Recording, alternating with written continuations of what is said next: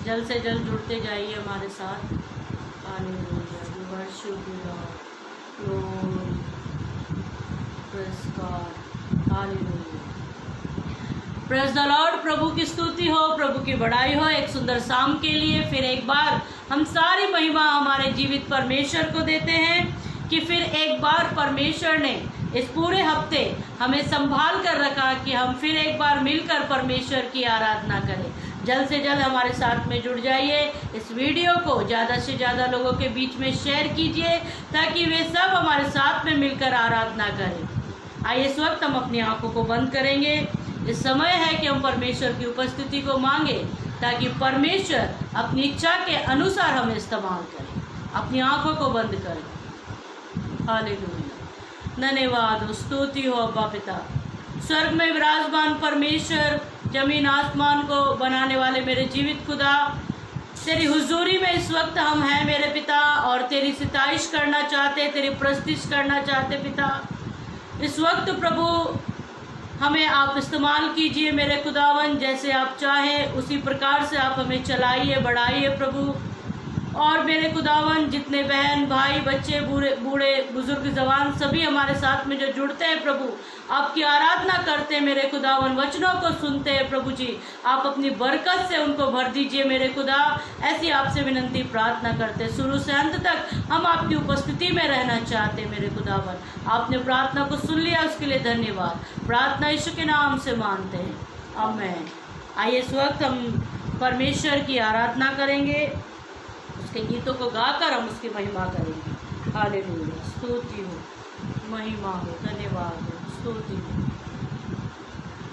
तू पवित्र पवित्र है,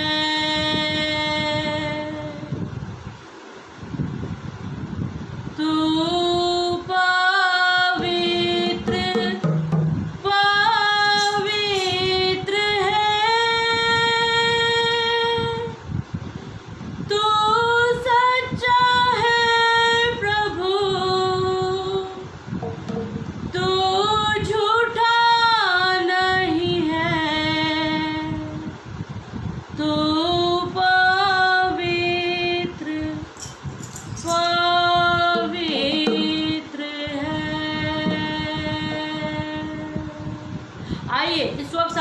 पवित्र परमेश्वर की हुजूरी में है, तो पवित्रता से शोभायमान होकर हम परमेश्वर की आराधना करें। हालेलुया, तू पवित्र पवित्र है, तू पवित्र पवित्र है, तू सच्चा है प्रभु, तू झूठा नहीं है, तू पवित्र पवित्र है।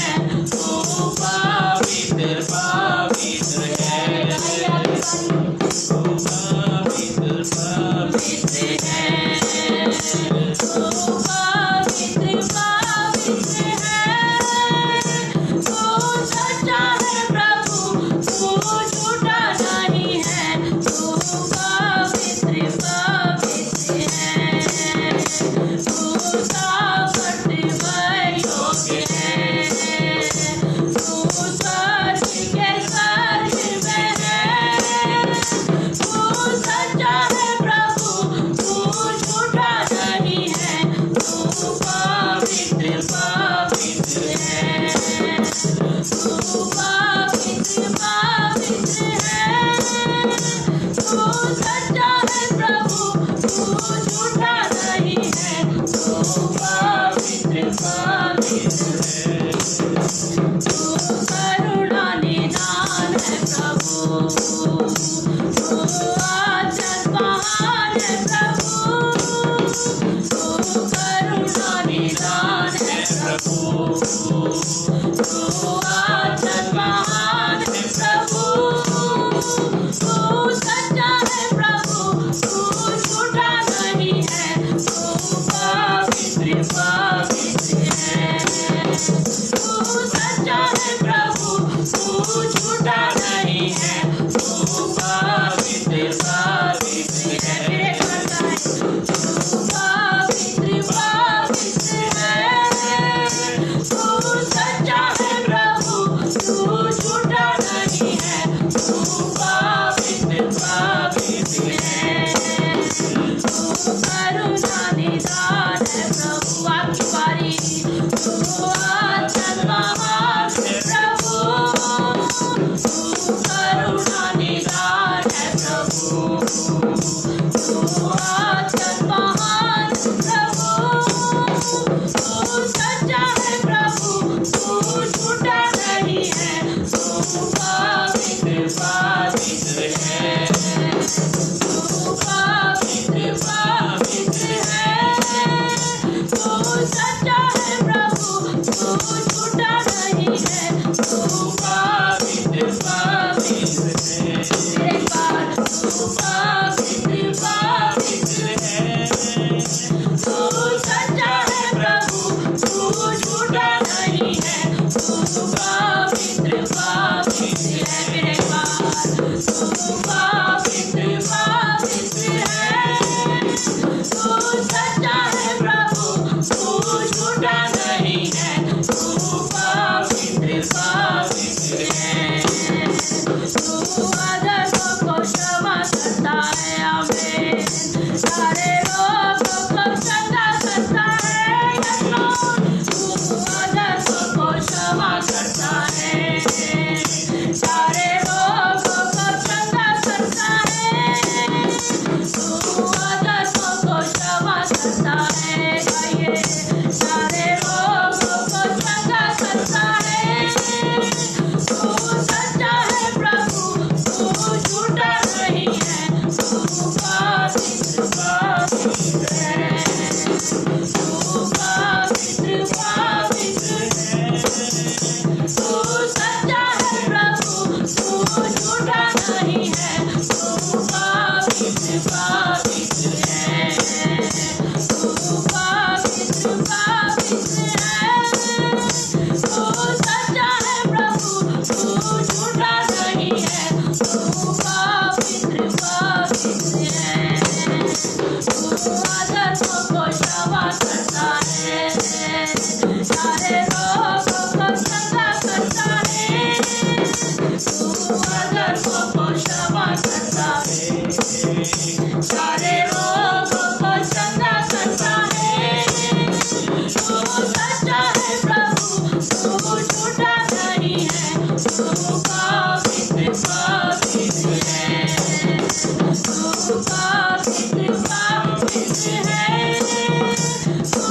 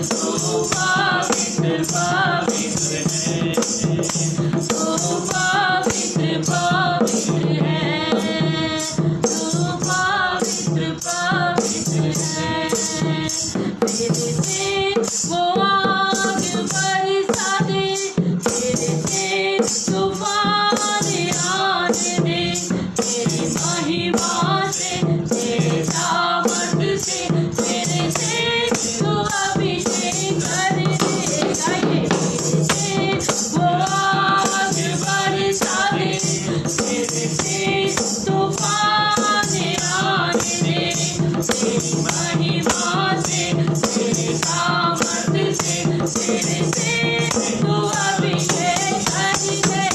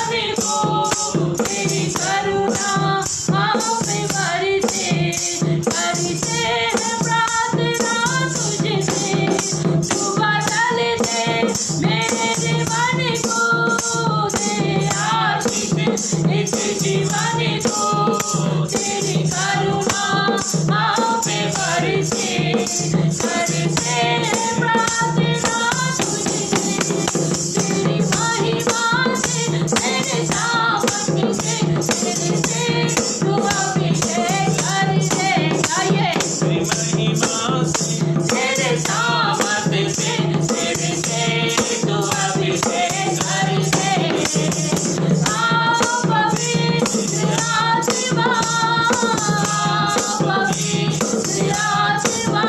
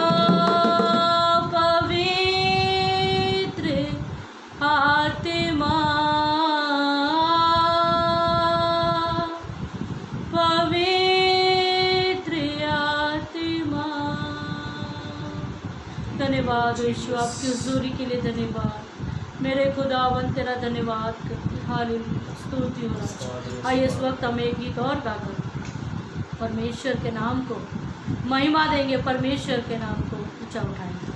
हालेलुया, धन्यवाद हो, स्तुति हो रहा, महिमा महिमा। शोले शोले शोले रूह की आग के शोले, शोले शोले शोले रूह की आग के शोले, भेज खुदावन जिंदा खुदावन, भेज खुदावन जिंदा खुदावन।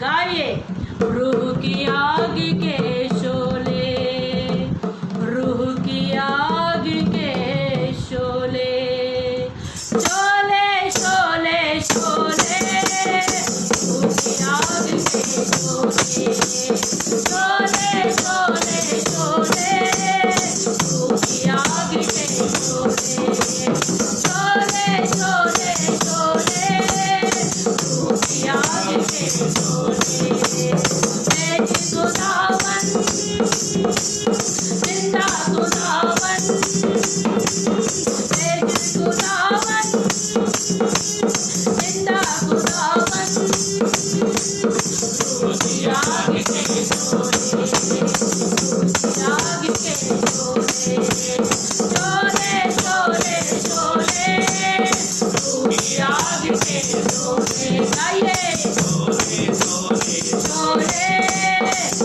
की आग के शोले, हरि बद बद गुस्सा हरि बदी सब बदकारी, हरि मैं कसी हरि बद बद गुस्सा हरि बदी सब बदकारी, हरि मैं कसी पर अपनी उल्फत हम में नजरिया, तू ही तू पर अपनी उल्फत हम में नजरिया, तू ही तू साथ है जिसके ऐ यीशु,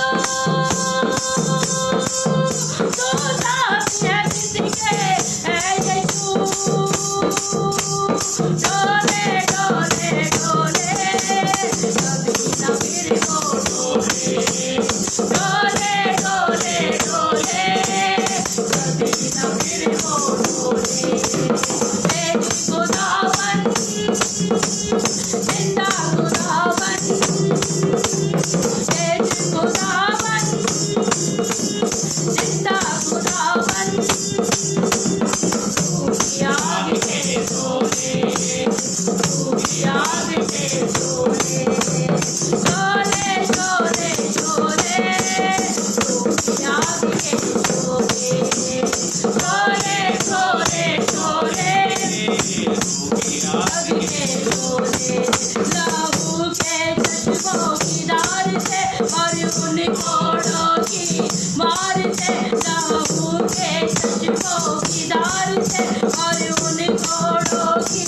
मार से, अब पाते हैं अपनी सिपा है तेरी मीत मेरा सा, अब पाते हैं अपनी सिपा है तेरी मीत मेरा सा, तू बाते उसी को जिंदगी,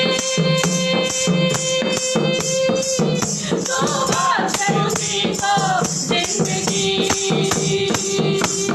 खोले खोले खोले जिनका दर को खोले, खोले खोले खोले जिनका दर को खोले, भेज खुदावन जिंदा खुदावन, भेज खुदावन जिंदा खुदावन, रूह की आग के शोले, रूह की आग के शोले,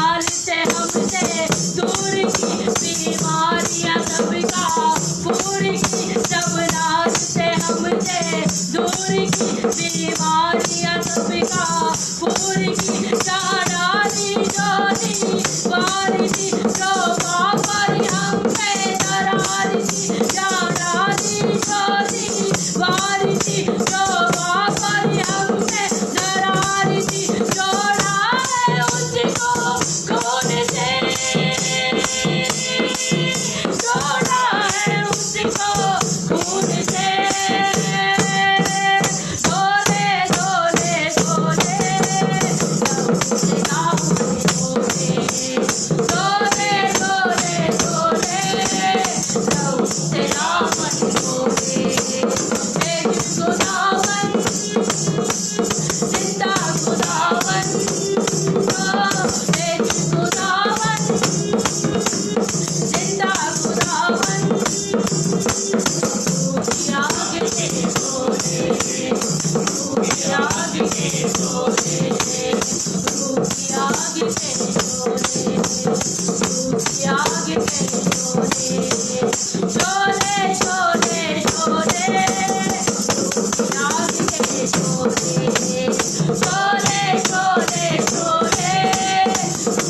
आग के शोले शोले शोले शोले आग के शोले आग के शोले आग के शोले रूह की आग के शोले। धन्यवाद मेरे सर्वशक्तिमान परमेश्वर, वही आग फिर से हम चाहते हैं मेरे खुदावन, जो मेरे खुदावन पतरस ने जब पिता परमेश्वर कलीसिया में खड़े होकर प्रचार को किया, उस वक्त जैसे पिता परमेश्वर लोगों के ऊपर जैसे तेरी रूह ने जुम्बिश किया मेरे खुदावन, आज वही पिता परमेश्वर पवित्र आत्मा की आग हम चाहते प्रभु, क्योंकि जब पवित्र आत्मा आता है मेरे खुदावन तो सारे बंधन टूट जाते हैं, सारे श्रापों से मनुष्य मुक्त हो जाता है मेरे पिता परमेश्वर। हम तेरी रूह को चाहते हैं मेरे खुदावन, मेरे पिता तेरी उपस्थिति के लिए धन्यवाद करते पिता। आइए इस वक्त हम अपनी आंखों को बंद करें और परमेश्वर की हुजूरी में इसी प्रकार से जैसे इस वक्त तक आप बने हुए हो आगे भी बने रहें, ताकि परमेश्वर के कलाम से आपको आशीष मिले। आइए इस वक्त अपनी आंखों को बंद करें। धन्यवाद मेरे सर्वशक्तिमान परमेश्वर, आपने एक अच्छी आराधना अपनी उपस्थिति में ली, उसके लिए धन्यवाद।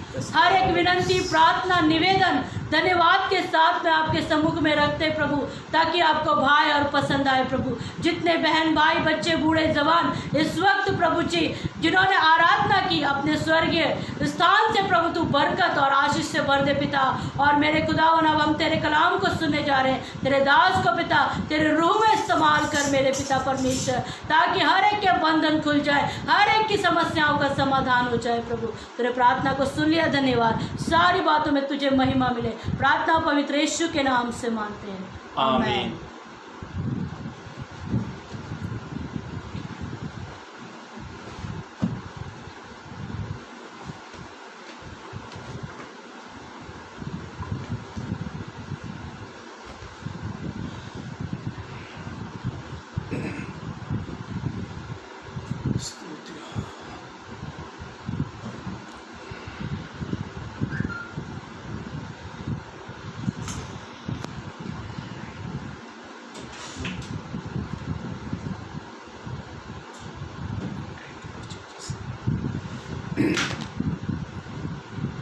Praise the Lord. प्रभु के नाम की स्तुति हो, प्रभु के नाम की बढ़ाई हो कि एक बार फिर ये सुंदर सा समय प्रभु ने हम सभी को दिया, इसलिए प्रभु का मैं दिल से धन्यवाद देता हूँ। और आप सभी को शालोम, प्रभु आप सबको बहुत बहुत आशीषित करे।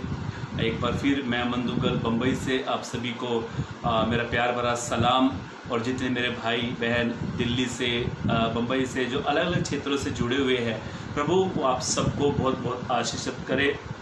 और आप सभी से मेरी एक रिक्वेस्ट है, एक विनती है, मैं जल्दी से कहता नहीं पर आज मैं कहता हूँ, प्लीज़ आप इस लाइव सेशन वीडियो को आप शेयर करें और लोगों तक आप इस संदेश को पहुँचाएँ। और आप आपके फेसबुक ग्रुप में, व्हाट्सएप ग्रुप में आप इस संदेश को ज़रूर शेयर करें, ताकि प्रभु के वचन से लोग आशीषित होने पाए। और मेरे पेज का नाम अमन दुग्गल है, आप मेरे साथ जुड़ सकते हैं। मैं सप्ताह में 3 दिन मेरे पेज पर लाइव रहता हूँ, मंगलवार, गुरुवार और शनिवार।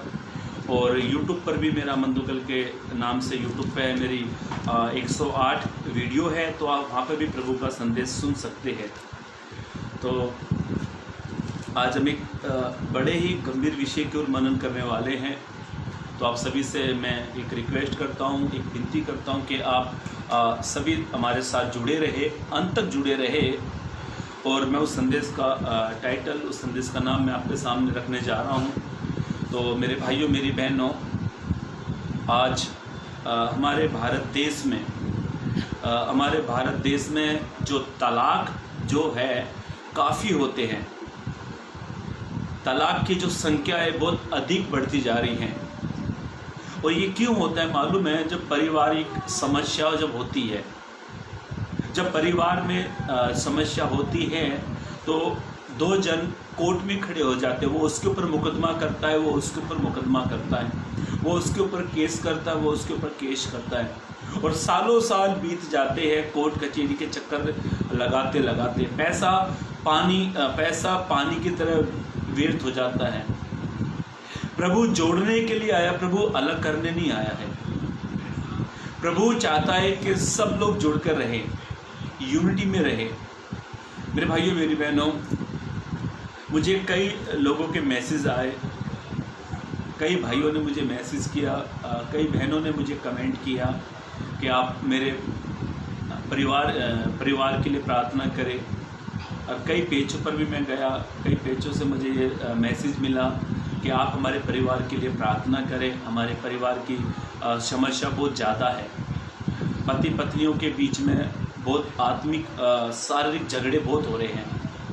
तो आज का जो संदेश है विशेष मैं उन लोगों से कहना चाहता हूँ, मेरे प्यारे भाइयों से मैं कहना चाहता हूँ, मेरी प्यारी मैं बहनों से कहना चाहता हूँ जो शादीशुदा है, जिनकी अभी नई शादी हुई है, जिनकी शादी काफ़ी सालों तक कई साल शादी को हो गए हैं, परिवार में समस्या हो रही है, परिवार में झगड़े हो रहे हैं। और यहाँ तक कि आज मसीह परिवार में भी झगड़े होते हैं। मसीह परिवार में भी आपसी एक दूसरे को लेकर नाराज़गी है। यदि आप मेरी बात से सहमत है तो प्लीज़ आप कमेंट जरूर करें। और मेरे पास आधा घंटा है और मैं आधे घंटे के सामने, यदि आपके पारिवारिक समस्या है, यदि आज आपने मेरे साथ आधा घंटे ये लाइव सेशन जुड़े, आप लाइव सेशन मीटिंग में जुड़े रहेंगे, तो मैं बिलीव करता हूँ, मैं विश्वास करता हूँ पारिवारिक समस्या का समाधान प्रभु यीशु है। पारिवारिक समस्या का समाधान प्रभु यीशु मसीह है। आज लोगों में परिवार में झगड़े हो रहे हैं, मसीह परिवार में होने के बावजूद भी झगड़े हो रहे हैं। तो यदि आप चाहते हैं कि आपके घर का समाधान हो जाए, यदि आप चाहते हैं कि आपके घर का समाधान निकल जाए, तो प्लीज़ आप हमारे साथ में जुड़े रहना। जल्द से जल्द आप इस वीडियो को शेयर करें। और मैं पास्टर जी से, पास्टर मुर्गन जी जो मेरे अच्छे दोस्त है, भाई है, बड़े भाई साहब है, तो प्लीज़ मैं उनसे भी विनती करना चाहता हूँ। मुझे 10 मिनट ऊपर भी जाएगा तो कुछ प्रॉब्लम नहीं होगी। मेरे बात कोई है तो आप उसे 10 मिनट लेट एक्स्ट्रा उसे दे देना। आइए मेरे साथ एक वचन को निकालिए। यदि आप अपना पवित्र कलाम लेकर बैठे हैं, प्रभु का वचन आप लेकर बैठे हुए हैं, तो अपने पवित्र ग्रंथ बाइबल को खोलें और कुलिस्सियंस की पत्री जल्द से जल्द खोले।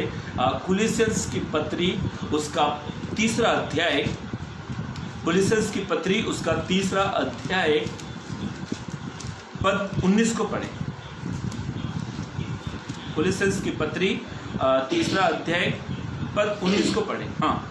हे पतियों, अपनी अपनी पत्नी से प्रेम रखो। फिर से पढ़े। हे पतियों, अपनी अपनी पत्नी से प्रेम रखो। ऐसा लिखा है मेरे भाइयों, मेरी बहनों, प्रेरित पौलुस एक बात कहता है। हाँ, पढ़ो। हे पतियों, अपनी अपनी पत्नी से प्रेम रखो। हाँ। और उनसे कठोरता न करो। ऐसा लिखा है मेरे भाइयों, मेरी बहनों, खास करके ये जो वचन है दोनों के लिए है, पति के लिए भी है और पत्नी के लिए भी है। मेरी भी पत्नी है, मैं भी पति हूँ। ध्यान से सुने, पारिवारिक समस्या का समाधान के बारे में मैं आज आपको बताने वाला हूं और 4 बातें मैं आपके सामने रखूंगा। यदि इन 4 बातों को आपने फॉलो कर लिया, यदि इन 4 बातों के अनुसार आपने अपने जीवन को जी लिया, तो मैं विश्वास करता हूं कि पारिवारिक समस्या कभी नहीं आएगी। मैं विश्वास करता हूं प्रभु आपके जीवन में एक बड़ा समस्या का समाधान करेगा। पहली बात, ध्यान से सुनना। ऐसा लिखा है पवित्र कलाम में, यदि आपके पास में आपके मोबाइल में बाइबल है तो इस लाइव सेशन स्क्रीन में उस वचन को आप पोस्ट भी कर सकते हैं ताकि और भी लोग पढ़ सकते हैं। ऐसा लिखा है, हे पतियों, तुम अपनी अपनी पत्नी से प्रेम करो, उनसे कठोरता मत करो। पहली बात, आज पारिवारिक झगड़े क्यों हो रहे हैं? आज पारिवारिक समस्या क्यों हो रही है? देखो, एक जन जब दो होते ना वो परिवार हो जाता है, उन दो से जब तीन होते तो वो परिवार बनता चला जाता है। इसीलिए आज का जो संदेश है वो यही है कि पारिवारिक समस्या का समाधान, आज इंसान अपने पारिवारिक समस्या का समाधान के लिए क्या कुछ नहीं कर रहा है। जैसा उसको कहा जाता वो वैसे ही करता है, इधर जाता है, उधर जाता है, कहाँ कहाँ जाता है, इसके पास जाता है, ये मन्नत रखता है, ये करता है, बहुत कुछ करता है, पर समस्या का समाधान नहीं होता है। पर ध्यान से सुनो मेरे भाइयों, मेरी बहनों, समस्या का समाधान पवित्र कलाम में है। समस्या का समाधान पवित्र ग्रंथ बाइबल में है। अब पहली बात, ऐसा लिखा है, प्रेरित पौलुस कहता है, हे पतियों, तुम अपनी अपनी पत्नी से प्रेम रखो, उनसे कठोरता ना करो। आज मालूम है आज पारिवारिक झगड़े क्यों होते हैं? क्योंकि पति पत्नी में एक दूसरे के लिए प्रेम नहीं है, एक दूसरे के लिए उनके अंदर रुचि नहीं है। पारिवारिक झगड़े इसलिए होते हैं, मसीहों में भी खास करके मैं कहता हूं, खास करके उन मसीहों से कहता हूं जो मसीह के लोग हैं, जिनको खुदा ने जोड़ा है, उनको मनुष्य अलग नहीं कर सकता। मेरे भाइयों, मेरी बहनों, पहली बात, एक दूसरे से प्रेम करना। आज परिवार में झगड़े इसीलिए होते हैं कि पति पत्नी के बीच में झगड़े हो रहे हैं। वो उसको उल्टा सीधा कहते हैं, वो उसको गालियां देते हैं, वो उसको बुरा भला कहती है, वो उसको बुरा भला कहती है। इसीलिए आज परिवार में समस्या ही समस्या है। आपसी संबंध, आपसी रिश्ते ठीक नहीं है, आपस में कोई रिलेशन नहीं है, झगड़े हो रहे हैं। क्यों हो रहे हैं मालूम है? पति पत्नी से प्रेम नहीं करता और ना पत्नी अपने पति से प्रेम करती, इसीलिए झगड़े हो रहे हैं। जहां पत्नी और पति के बीच में ये आ गया ना, तेरे माँ, तेरी मम्मी, मेरी मम्मी, जहां तेरा आ गया ना वहां परिवार कभी नहीं बसता। जहां पर ये आ गया ना, हमारा है, ये घर हमारा है, ये परिवार हमारा है, तेरा परिवार मेरा परिवार है। यदि पत्नी ये कहे ना पति को कि तेरा परिवार मेरा परिवार है, और पति पत्नी से ये कहे तेरे परिवार वाले मेरे परिवार वाले हैं, जहां पर हमारा आएगा ना वो घर कभी नहीं टूटेगा। और जहां पर ये आएगा ना तेरा है, नहीं तेरा है, वो घर टूट जाएगा। आज घर में यही हो रहा है, मेरा है, कभी ये नहीं कहते हमारा है।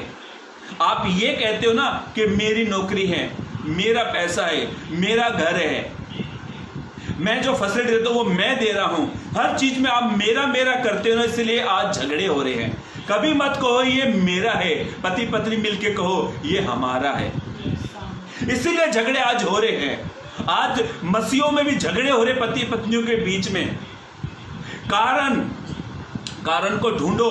कारण ये है कि हम तेरा शब्द यूज होता है कि तेरा है, तेरा है, तेरा है। जहां तेरा होते ना, 3 के 13 हो जाते हैं, 3 के 13, पर 3 के 13 नहीं होना है। हमको कहना ही हमारा है, सब हमारा है, आपका, मेरा, परिवार, हम सब हमारा है। हमारा शब्द जब जहां पर हो जाएगा ना, वो घर कभी टूटेगा नहीं, वो परिवार कभी बिखरेगा नहीं। आज हो क्या रहा है मालूम है? तेरी मम्मी, तेरा भाई, तेरी बहन, तेरा पति, ये सब ऐसे वर्ड यूज हो रहे हैं। इसीलिए आज परिवार में झगड़े हो रहे हैं। पति पत्नी में आपसी प्रेम नहीं है।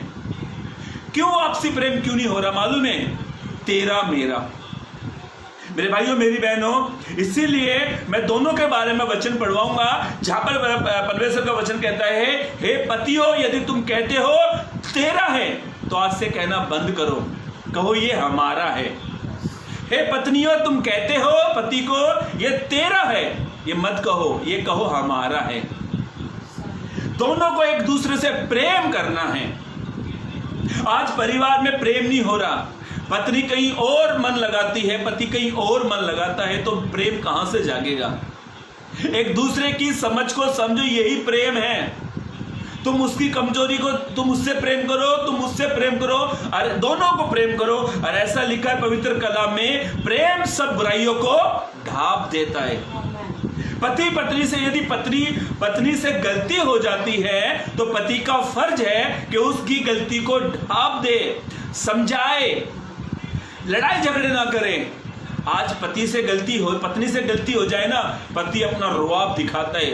वो वचन कहता है, जैसे परमेश्वर ने कहा ना आदम को, तू अपनी पत्नी पर हुक्म जगाएगा, अरे मारा मारी। पत्नी फिर सीधा बैग उठाती है, मायके चली जाती है। ऐसा मत करो। यदि आप सच्चा प्रेम करते हो, एक दूसरे से सच्चा प्रेम करते, एक दूसरे के प्रति आप समर्पित हैं, तो एक दूसरे की गलतियों को ढांप दो। मैंने मेरी इस मसीह लाइफ में मैंने कई अपनों को, कई पराये को देखा है, एक दूसरे की गलती नहीं ढांपते। आज पत्नी को परिवार से प्रेम इसलिए नहीं मिलता कि पति अपनी परिवार के सामने पत्नी से प्रेम नहीं करता। यदि पति कहे ना, नहीं ये मेरी पत्नी है, पत्नी कहिए मेरा पति है, और दोनों मिलकर कहिए सारा परिवार हमारा परिवार है, कभी झगड़े नहीं होंगे। पैसे को लेकर, परिवार को लेकर, मेरे पास मेरे मोबाइल में मैं खास करके हम लोगों ने उन लोगों की दुआ, उनके लिए हमने दुआ प्रार्थना भी करी। कई भाइयों के मुझे कमेंट आए, कई भाइयों के मुझे मैसेज आई, कई बहनों के मुझे मैसेजेस आए, कई बहनों के मुझे मैसेज कमेंट करे कि आप हमारे लिए प्रार्थना करो। मेरे भाइयों, मेरी बहनों, मैं आपके लिए प्रार्थना कर सकता हूँ, पर आपका परिवार आपको ही बचाना है। और बचेगा कैसे? कि आप एक दूसरे से प्रेम करोगे, एक दूसरे से प्रीति करना है, एक दूसरे से मोहब्बत करना है। आज प्रेम ना होने के कारण आज घर परिवार टूट रहे हैं, घर परिवार उजड़ रहे हैं। दो अच्छा खासा परिवार था, अचानक 3 के 13 हो गए। अचानक लोग हंस रहे हैं, अचानक लोग एक दूसरे के प्रति रो रहे हैं, गिड़गिड़ा रहे हैं, आज सुसाइड कर रहे हैं। अभी हाल ही में मैंने एक वीडियो को देखा, और उस वीडियो को देखकर रोना भी आता है और मूर्खता का काम भी उसके अंदर आता है। मालूम है क्या? एक पति ने अपनी पत्नी के संबंध के बारे में पता लगा, नाजायज संबंध के बारे में पता लगा, और मालूम है जब उसको पता लगा तो उसने अपने बच्चों को भी मार डाला। आज सुबह ही मेरी मम्मी से मेरी बात हो रही थी, मेरी मम्मी भी जुड़ी हुई मेरे साथ में। मेरी मम्मी भी मुझे बता रही थी, जगह जगह ये सब कांड हो रहे हैं। एक पति ने अपने 3 बच्चों को नहर में फेंक दिया, अभी थोड़े दिनों की पहले की बात है। नहर में 3 बच्चों को फेंक दिया। क्या वो समस्या का समाधान नहीं हो सकता था? यस, हो सकता था। जब पत्नी से गलती हो जाए तो पति का फर्ज है उस गलती को ढांप दो। आज कई मालूम पत्नी की गलती पता लग जाए ना, तो कई पति तो अपनी पत्नी की गलतियों को लोग अपने दोस्तों को बताते हैं। मेरी पत्नी ऐसा कर रही है, मेरी पत्नी वैसा कर रही है, मेरी पत्नी ये कर रही है, मेरी पत्नी वो कर रही है, मेरी पत्नी ये सब कर रही है। दोस्तों से बताने से अच्छा आप प्रभु को बताओ। प्रभु से कहे, प्रभु आप मेरे परिवार को आप जोड़े। आज परिवार में झगड़े इसलिए हो रहे हैं क्योंकि एक दूसरे के प्रति प्रेम नहीं है। मैं भी पति हूं, मेरी भी पत्नी है, हम भी एक दूसरे से प्रेम करते हैं। प्रेम कई प्रकार का है मेरे भाइयों, मेरी बहनों। यदि आपने अपनी पत्नी की कमजोरी को लेकर उससे प्रेम किया ना, ये सच्चा प्रेम है। उसकी कमजोरी को ढांप लो। आज घर परिवार टूटने का यही कारण है कि आज एक दूसरे के प्रति प्रेम नहीं है। अब प्रेम क्यों नहीं हो रहा? प्रेम दोनों की तरफ से आना चाहिए, ये नहीं कि पति प्रेम कर रहा है, पत्नी नहीं करती है। एक बार एक लड़के ने, मैं आपको एक बताऊं तो, एक बार एक लड़के को एक लड़की से प्यार हो गया। एक बार एक लड़के को एक लड़की से प्यार हो गया, और उसने अपने डैडी से बताया, पापा से बताया, पापा मुझे एक लड़की से प्यार हो गया। तो पापा ने पूछा कहाँ पर है लड़की? बोले पापा रोज अपने घर के सामने से निकलती है, मैं रोज उसको देखता हूँ, रोज अपने घर के सामने से निकलती है, मैं रोज उसको देखता हूँ। पापा ने कहा बेटा ये रहती कहाँ? बोला पापा मुझे नहीं मालूम, बस इस रास्ते से जाती है, इसी रास्ते से आती है। पापा ने पूछा बेटा घर मकान तो देखने चाहिए ना, घर कैसा माहौल है, कैसे सोसाइटी है, कहाँ के है, कैसे लोग हैं, ये सब हमें मालूम तो होना चाहिए ना। पापा बोलता न, बेटा बोलता नहीं बस मुझे शादी ही करनी है। पापा ने नहीं माना, पापा ने नहीं सुना, उस बेटे ने नहीं सुना, और बेटे ने जाकर उस लड़की से शादी कर घर में आ गया। घर में आ गया और घर में आने के बाद में पापा ने कहा बेटा तूने अपनी मर्जी चलाई, मैंने कहा था लड़की का घर परिवार देख लो, ये देख लो, वो देख लो, तूने नहीं मानी, बस तूने क्या किया, शादी कर ली। तो लड़का अपने कमरे में गया। इस लड़की उसे रास्ते में मिली, रास्ते से ही आती थी, रास्ते से जाती थी, बस रास्ते से ही प्यार हो गया और शादी कर ली। लड़का अपने बेडरूम में गया और बेडरूम में गया तो लड़के ने लड़की से कहा, अपना घूंघट, उसको घूंघट उठा के कहा तो बोला चश्मा को हटाओ। चश्मा हटाया तो लड़की भैंगी और जब लड़की उठ के जाने आगे बेड पे से उठी तो लड़के ने उसके ऐसे सर में पकड़ा तो गंजी थी, सर के बाल उतर आए, लड़की गंजी थी।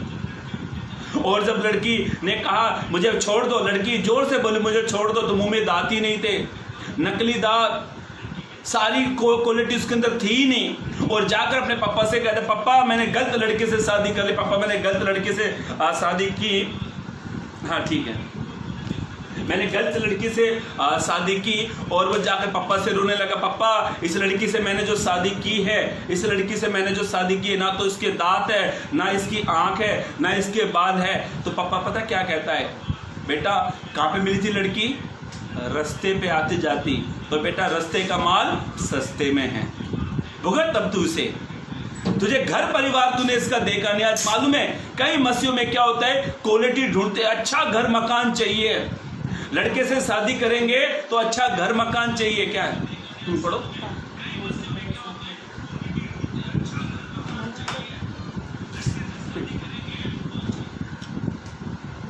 मैं 6:30 तक लेता हूं पास्टर जी। हाँ ध्यान से सुने, एक दूसरे क्वालिटी ढूंढते कि अच्छा घर मकान चाहिए, ये चाहिए, वो चाहिए, और अच्छा कर बाद में जब शादी होती है तो आपस में झगड़े होते हैं। मेरी शादी हुई ना, मैं मेरी गवाही बता, किसी और का तो नहीं बता, क्यों अच्छा अनुभव मुझे ही है, किसी और की नहीं बता सकता। मेरी जब मेरी शादी हुई तो मेरे पास उतना पैसा नहीं था मेरे पास में, और मेरी शादी 20,000 रुपये में हुई, 20,000 में। मेरा बेटा जोश हुआ। मेरे बेटे के बर्थडे में मैंने 65 से लगभग 70 के आसपास 1,000 रुपये खर्च करे मेरे बेटे के बर्थडे में, क्योंकि मेरा बेटा 5 साल के बाद मुझे हुआ।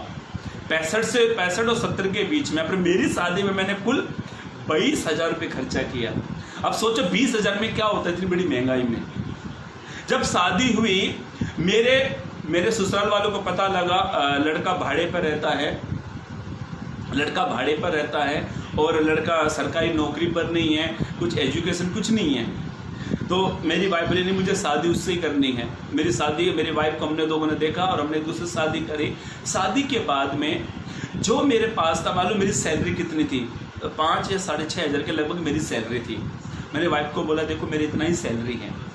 मेरी वाइफ ने और हम लोगों ने उन 5-6 हज़ार में अपने जीवन को निर्वाह किया। हमने 5-6 हज़ार में अपने जीवन को स्टार्ट किया।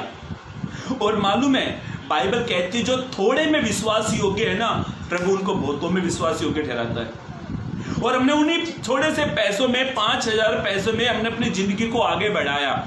और हम दोनों एक दूसरे के प्रति, प्रभु के प्रति समर्पित थे। जो हमारी शादी हुई, हमने रात के समय, हम अपने बेडरूम में थे, मैं मेरी पत्नी, हमने घुटनों पे आकर हमने अपना जीवन प्रभु के सामने समर्पण किया। पत्नी कहती है शादी के दिन मैं अमीरी में गरीबी में तेरे साथ में रहूंगी, तेरे दुख को अपना समझूंगी, ये सब बोल वचन हो जाते हैं। कुछ लोग इस वचनों को बहुत अच्छे से निभाते भी हैं। मैं ये नहीं कहता सारी बहनें गलत हैं, मैं ये नहीं कहता कि सारे भाई गलत हैं, पर वचन शादी के टाइम में एक दूसरे से वचन भरमाए, एक दूसरे से वचन कबूल कराए जाते हैं। मेरे भाइयों मेरी बहनों, उसके बाद जब हमारी शादी हुई, हम 5,000 में हमने अपने घर को स्टार्ट किया। करते करते मेरी जब शादी हुई कुछ नहीं था मेरे पास। मेरे ससुर ने जो पैसा दिया था मेरी वाइफ के ऑपरेशन में सब खत्म हो गया। इतना पैसा नहीं था, पर इतने गरीब भी नहीं थे कि हम मांग के खाए, इतना नहीं था कि हम रख के भूले। पर जब हम प्रभु में थोड़े से विश्वास में योग्य रहे, आज हम बहुतों में विश्वास योग्य ठहर गए। मेरा खुद का छोटा सा बिजनेस है, मेरा खुद का कारोबार है, मेरा खुद का बिजनेस है। लाखों कमा रहे थे, जब भी सुकून था, 5,000 कमा रहे तो भी सुकून था। पर मैं आपसे कहना चाहता हूँ, मालूम है जब एक दूसरे से हम प्रेम करते हैं ना, अपने एक दूसरे से जब हम प्रेम करते हैं, उनकी एक दूसरे से प्रीति करते, प्यार करते हैं, पैसा घर नहीं बसाता, पैसा सुविधा देता है। पैसा क्या करता है? सुविधा देता है। पर आज कई घर मालूम है ये पैसों को लेकर टूट गए हैं। इतना नहीं कमाता लड़का, मैं अपने मायके जा रही हूँ। पत्नी इतना नहीं कमाती कि मैं भी छोड़कर जा रहा हूँ, पर ज्यादा करके पति ही कमाते हैं। पारिवारिक समस्या का पहला समाधान, पारिवारिक समस्या का पहला समाधान ये है। एक वचन और पढ़ लीजिए इसी का ही, इफिसियंस की पत्री, इफिसियंस 5:33 पढ़े, इफिसियंस 5:33। हाँ, आप शेयर भी करते जाओ वीडियो ताकि और भी लोगों तक पहुंचते जाए। पढ़े इफिसियंस 5:33। पर तुम में से हर एक अपनी पत्नी से, ऐसा लिखा है, तुम में से हर एक अपनी ही पत्नी से अपने समान प्रेम रखे और पत्नी भी अपने पति का भय माने। ध्यान से सुने मेरे भाइयों मेरी बहनों, पुरुष के बारे में कहा है तू अपनी पत्नी से अपने समान प्रेम करना। अभी अपने समान का मतलब होता है हम अपने आप से कितना प्रेम करते हैं, है ना। हम अपने आप को मस्त दाढ़ी वाड़ी सब बनाते हैं, अपने आप को अच्छे वस्त्र पहनते हैं, अच्छा सब कुछ अपने आप को करते हैं। जैसा हम अपने बॉडी का, अपने आप का ध्यान रखते हैं ना, वैसे हमें अपने पत्नी को भी ध्यान करना। पढ़े वचन, हाँ 20 पढ़े, हाँ 28 भी पढ़ो उसका। हाँ, इसी प्रकार उचित है कि पति अपनी अपनी पत्नी से अपनी देह के समान, ऐसा लिखा है, अपनी देह के समान प्रेम करे। जो अपनी पत्नी से प्रेम रखता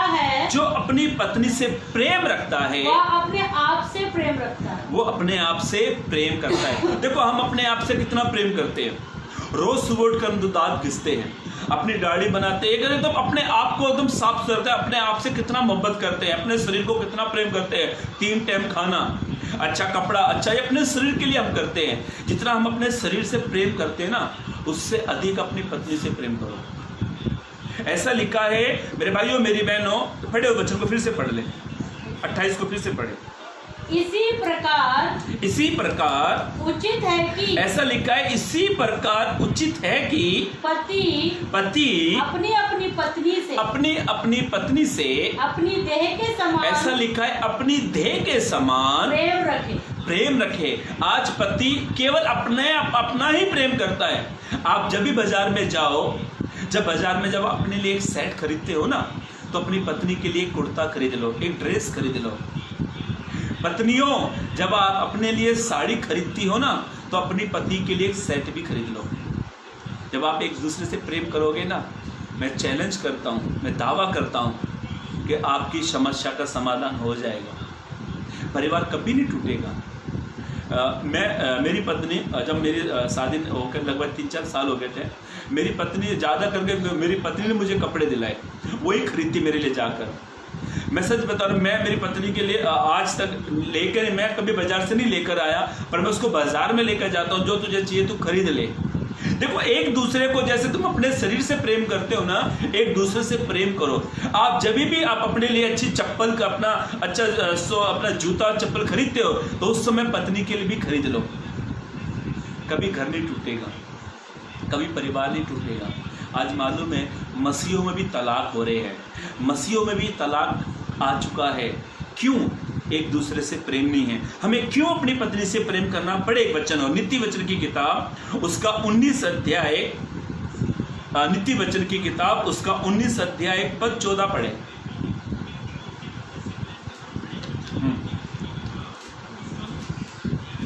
नीति वचन 19 अध्याय पद 14 को पढ़े। हाँ, घर और धन, देखो घर और धन पुरखाओं के भाग देखो से, आपको तकरीबन ना धन हमें पुरखाओं के भाग से मिलता है। हमारे बाप दादा पैसा जोड़कर चले जाते हैं।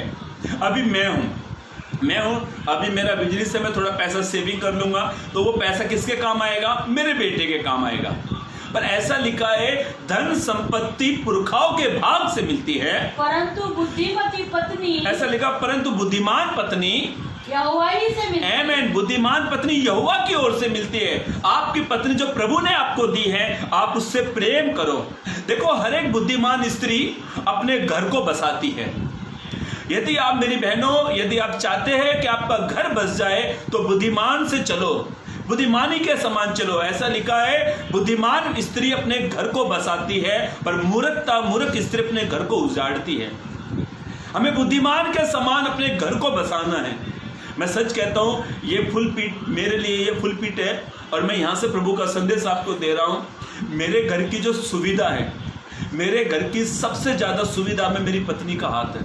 मैं सच बता रहा हूं, प्रभु मेरे इन शब्दों का न्याय करेगा, क्योंकि बाइबल में लिखा परमेश्वर हर एक गुप्त बातों का, हर एक चौड़े में की हुई बातों का न्याय करेगा।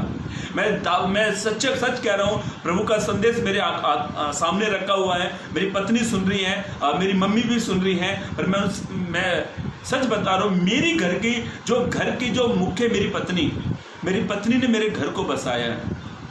हर एक चीज वो लेकर आते, घर की अच्छी सुविधा, बैठने की, लेटने की, हर एक सुविधा। मैं मेरी पत्नी को पैसा देता हूँ, उस अपने पैसे को रखती है सेविंग करके। देखो, पत्नी के पास है ना, एक समय कई बार जब हमारे पास पैसा खत्म होता है ना, तो पत्नी के पास पैसा मिल जाता है। पति पूछता है कहां से आया इतना पैसा? पत्नी कहती है आप मुझे महीने के खर्च के पैसे देते हो ना, तो मैं थोड़ा थोड़ा करके जमा करती हूँ। ये बुद्धिमान स्त्रियों के काम है। बहनों, आप बुद्धिमानी से अपने घर को बसाओ, आपका घर परिवार कभी नहीं टूटेगा। एक मेरे घर में जो मेरी पत्नी के पास पैसा हमेशा पाए, गुल्लक है, गुल्लक में पैसा रखती है। जब भी उसको पैसा राशन पानी जो भी पैसा बचता तो उसमें सेविंग करके रखती है। और जब भी कुछ मुझे लगे कि पैसा है तो भले है ना मेरे पास पैसा।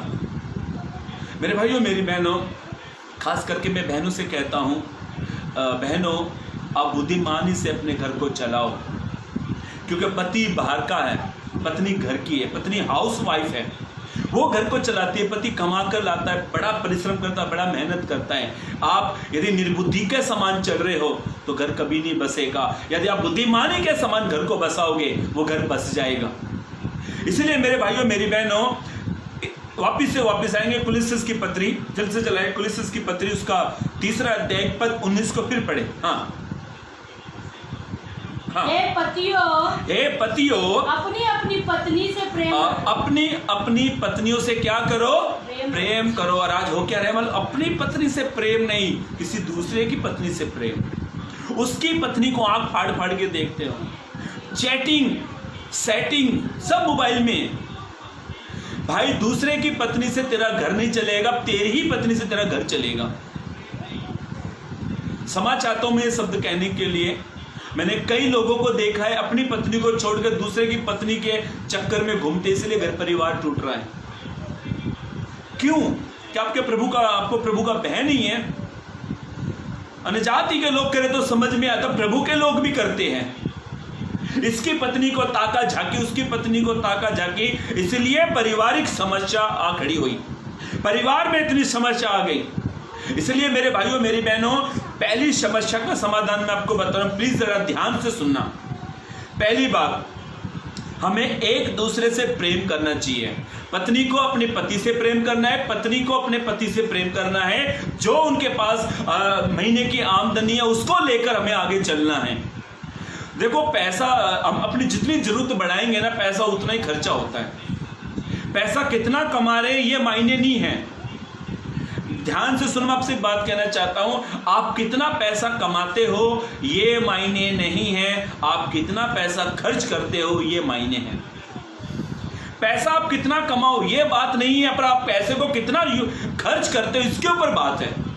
इसलिए मेरे भाइयों, मेरी बहनों, पहली बात, हमें एक दूसरे से प्रेम करना है। यदि आप अपनी पत्नी से प्रेम करोगे, पति अपने पत्नी से प्रेम करेंगे, तो कभी घर परिवार नहीं टूटेगा। पहली समस्या का समाधान, एक दूसरे से प्रेम करना। आइए दूसरी बात पढ़े, इसी का ही फिलिस्तीस की पत्री उसका 3 अध्याय पद 18 को पढ़े। हे पत्नियों, जैसा प्रभु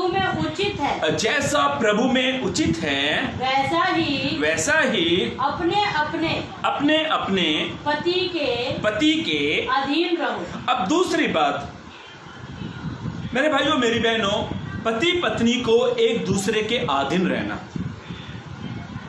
ये नहीं है कि पति अपना राज्य जमाए, मैं ये नहीं कहता कि पत्नी अपना राज्य जमाए, एक दूसरे के अधीन रहना। अभी अधीन का मतलब मैं आपको बताता हूँ। मान लिया जाए कि पत्नी को मायके जाना है, एक एग्जांपल देता हूँ। मान लिया जाए पत्नी को मायके जाना है, तो पत्नी को फोन करना चाहिए, हेलो आप आ रहे हो, यदि आपको टाइम नहीं है तो मैं मम्मी के घर जाऊं। इसको कहते हैं अधीनता। अधीनता। इसीलिए मेरे भाइयों मेरी बहनों ऐसा लिखा है, हे पतियों जैसे प्रभु में उचित है वैसे ही तुम एक अपने अपने एक क्या लिखा है, एक अपने पति के अधीन रहो। हाँ, अपने अपने पति के अधीन रहो, एक दूसरे के अधीन रहना। आज क्या हो रहा है, पत्नी कहती है तुम गलत लोगों में मत जाओ, पति नहीं सुनता है, अधीन नहीं है। पत्नी कहती है तुम्हारे दोस्त जो घर में आते वो ठीक नहीं है, आप वहां पे मत जाओ, अधीनता नहीं है। आज मालूम है घर परिवार क्यों टूट रहे, ज्यादा से ज्यादा एक दूसरे के अधीन नहीं होना। यदि पति ने कुछ कह भी दिया है तो पति ने कुछ कह भी दिया है तो आज तो बहुत अच्छा एकदम जमाना है, मोबाइल निकालो, ओला ऐप दबाओ, ओला बुलाओ, जाओ घर पे। एक दूसरे से कभी पूछते ही नहीं है, पूछ के काम करो। यदि आप बाजार में शॉपिंग कर रही है बहनों, तो आप पति से पूछो कि मैं ये सामान खरीद रही हूं। भाइयों आप बाजार में शॉपिंग करते हो तो आप अपनी से पत्नी से पूछो। इसको कहते हैं एक दूसरे के प्रति अधीनता। हर घर काम के हर एक काम के हर काम में एक दूसरे से पूछो। हर काम के लिए पत्नी से पूछकर करो, एक दूसरे की राय लो, एक दूसरे की समझ लो, एक दूसरे से सलाह लो। इसको कहते अधीनता।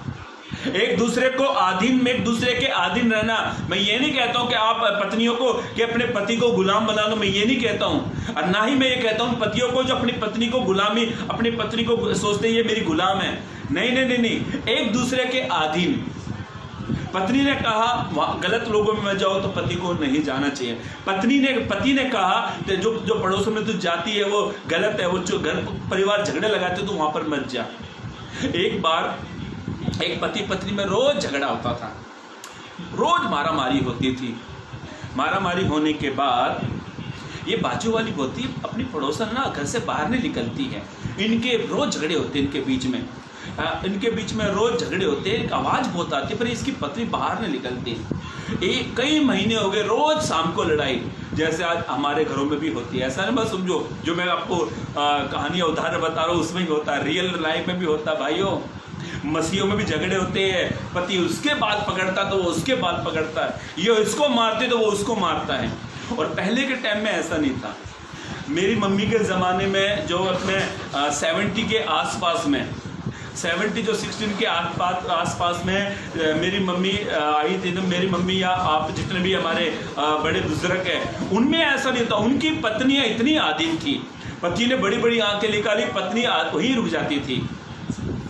पर आज क्या हो रहा है मालूम है, एक दूसरे के प्रति अधीनता नहीं है। पति कह जिस काम को पति मना करता है पत्नी वो ही काम करती है, पत्नी जिस काम को मना करती है पति वो ही काम करता है। इसलिए एक दूसरे के प्रति अधीन नहीं है। तो ये पड़ोसी ने देखा, चलो इससे मिलते। एक दिन वो उसके घर में आ गए, उससे कहने के बहन आप दिखती नहीं हो। बोले क्या करो, मेरा पति बड़ा जल्लाद है, बहुत मारता मेरा पति। उसने पूछा बहन ऐसा क्यों, बहुत क्यों? बोला बस वो बहुत बेकार आता है, ड्रिंक आता है, आते ही जैसे घड़ी में 6 बजते हैं मेरा दिल धक धक धक करने लगता है, क्योंकि आते ही वो मारना चालू करता है। बहन तो ऐसा कुछ गलत तो काम तो नहीं करती? तो बोली मैं कुछ गलत काम ही नहीं करती हूँ, तो मेरा पति फिर भी मारता है मुझे, इसलिए मैं किसी आस पड़ोसी से बात नहीं करती तो भी मेरा पति फिर मुझे बहुत मारता है। उसने कहा बहन किस बात में मारता है? बोला मेरा पति शाम को आता है और आता है अपना कपड़े वपड़े निकाल के रखता है, पत्नी को बोलता है मेरे लिए गर्म पानी रख, नहीं तो बस, नहीं तो कह दिया बस बहन मैं तो बस चुपचाप से जाती हूँ किचन में रखती हूँ, गर्म पानी रख देती हूँ। आप भी समझ जाओगे, नहीं तो का मतलब नहीं सुना तो बस मारा मारी चालू। इसने कहा बहन बस इतनी सी बात है। बोला हाँ बहन बस यही दर्द को लेकर मैं बहुत सालों से जी रही हूँ। तो कई लोग कहते हैं, वो कहने लगे बहन सुनो मैं आपसे एक बात कहती हूँ, अब की बार तेरा पति आए ना, अब की बार तेरा पति आए, जब वो कहे ना नहीं तो सीधा बोलते नहीं तो क्या, इतना बोल देना वही मैं समझ चाहता हूँ, नेटवर्क का इशू आ गया थोड़ा सा। तो उसने कहा शाम को पति आएगा तो ऐसा कर देना। उसने कहा ठीक है। पति आए शाम को, पति अपना बैग रखा, टिफिन रखा और पति को बोला जाके गर्म पानी रख, नहीं तो। पत्नी बोला नहीं तो क्या? पति बोलता मैं ठंडे पानी से नहा लूंगा। डर गया तुरंत। अरे एक दूसरे के अधीन रहो, क्यों लोगों को डरा रहे हो? पत्नी को डरा डरा कर रख रहे हैं। ऐसा मत करो, एक दूसरे के अधीन रहो। मेरे भाइयों मेरी बहनों, एक वचन पढ़ लीजिए इसी का ही, इफिसियंस की पत्री उसका 5 अध्याय पद 21 को पढ़े। इफिसियंस उसका 5:21 पद को पढ़े। हाँ जल्दी 22 पद पढ़े, सॉरी समझ चाहता हूँ। हे पत्नियों अपने अपने पति के ऐसे अधीन रहो, अपने पति के ऐसे अधीन रहो जैसे प्रभु के। देखो यहाँ पर प्रभु का नाम आया। देखो हम प्रभु के कितने अधीन होते हैं ना, बराबर चर्च जाते हैं, टाइम टू टाइम जाते हैं, बराबर घुटने टेकते हैं, बराबर हाथों को उठाते हैं, बराबर आंखों को मीचते हैं, बराबर दान दशमान देते हैं, बराबर प्रार्थना करते हैं। क्यों? क्योंकि प्रभु के अधीन है। तो वैसे ही हे पतियों, जैसे तुम प्रभु के अधीन हो ना, तो वैसे एक दूसरे के अधीन हो जाओ, समस्या का समाधान हो जाएगा। पर आज क्या हो रहा है, पत्नी पति के बीच में एक दूसरे के प्रति अधीनता ही नहीं है। पति जो काम बोलेगा पत्नी वही काम करके दिखाएगी। पत्नी ने जिस काम के लिए मना किया पति वही मूंछों में ताव देगा, कहेगा मैं करूंगा इस काम को।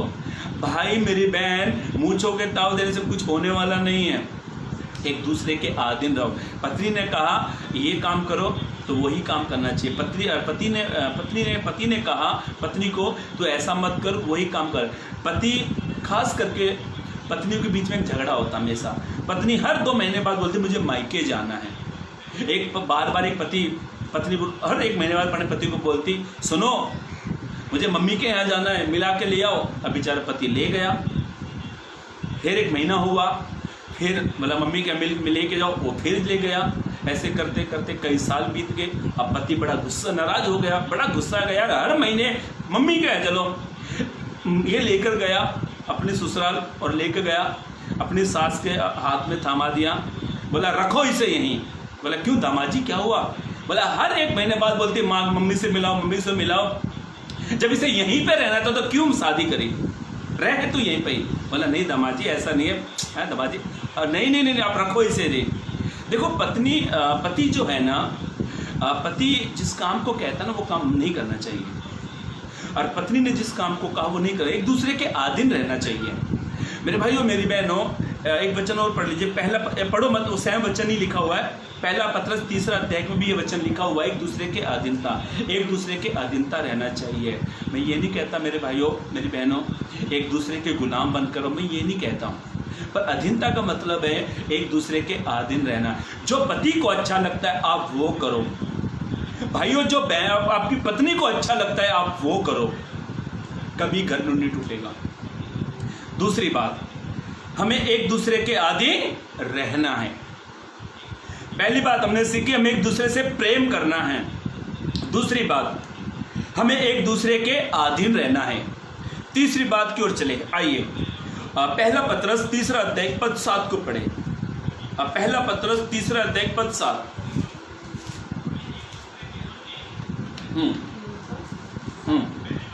वैसे ही है पतियों, तुम भी बुद्धिमानी से पत्नियों के साथ जीवन निर्वाह करो। ऐसा लिखा है, हे पतियों तुम भी बुद्धिमानी से, मूर्खता के समान नहीं, पत्नियों के साथ जीवन निर्वाह करो। और स्त्री को निर्बल पात्र जानकर, स्त्री जो होती ना निर्बल मतलब कोमल, वो फटाक से हो जाती है। और कुछ पत्नी रोती भी नहीं है, कुछ पत्नी बराबर आंख दिखाती है पति को।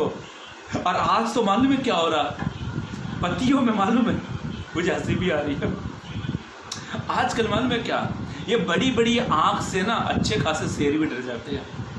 नाम है शेर सिंह, पत्नी ने आंख निकाली फटाक से डर गए। मेरे भाइयों मेरी बहनों, हंसी मजाक एक और है।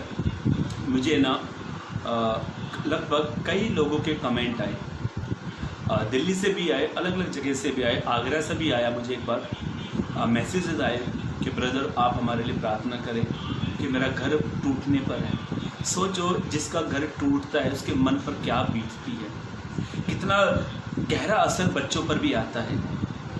मैंने कई परिवार को अलग होते देखा है। मालूम है क्यों? एक दूसरे को प्यार ना करने के कारण।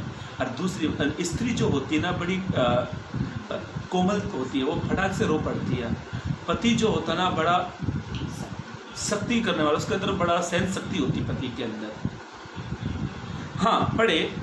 वैसे ही है पतियों, वैसे ही है पतियों, तुम भी बुद्धिमानी से पत्नियों के साथ जीवन निर्वाह करो। पत्नियों के साथ जीवन निर्वाह करो। निर्वाह का मतलब होता है उनके साथ जीवन को जियो। और स्त्री को निर्बल पात्र जानकर उसका आदर करो। बस, अब दूसरी बात, सॉरी समझ चाहता हूँ, तीसरी बात, एक दूसरे का आदर करना। सबसे बड़ा प्रॉब्लम पता है क्या हो रहा है आज? पति पत्नी को एक दूसरे के बीच में आदर ही नहीं है। पत्नी का फर्ज होता है अपने पति को मायके से आदर दिलाना। पति का भी फर्ज होता है अपने परिवार में अपनी पत्नी को आदर दिलाना। आज आदर ना होने के कारण आज झगड़े हो रहे हैं। एक बार एक सास ने अपने जमाई को ही पीट दिया। जमाई ने पत्नी को कुछ कहा और कहना मेरी पत्नी को, मेरी बेटी को मारा, उसका आदर नहीं किया। सास को पति को लेकर आड़े में पति को ही पीट डाला। फिर वो जाकर कहता है अपने ससुर को, कहता ससुर जी आपकी बेटी बहुत वो है, बहुत लड़ती है, मेरा आदर नहीं करती है, मैं काम पर से आता हूँ, हारा थका आता हूँ, मैं मेहनत करता हूँ ससुर जी, बड़ा दर्दों के साथ ज़िंदगी जी रहा हूँ, बहुत तकलीफ होती है। ससुर क्या कहता मालूम है? बेटा जैसा पेड़ वैसा फल तो आएगा। मैं भी भुगत रहा हूँ, मैं भी झेल रहा हूँ। बेटा जैसी माँ है वैसी बेटी भी है।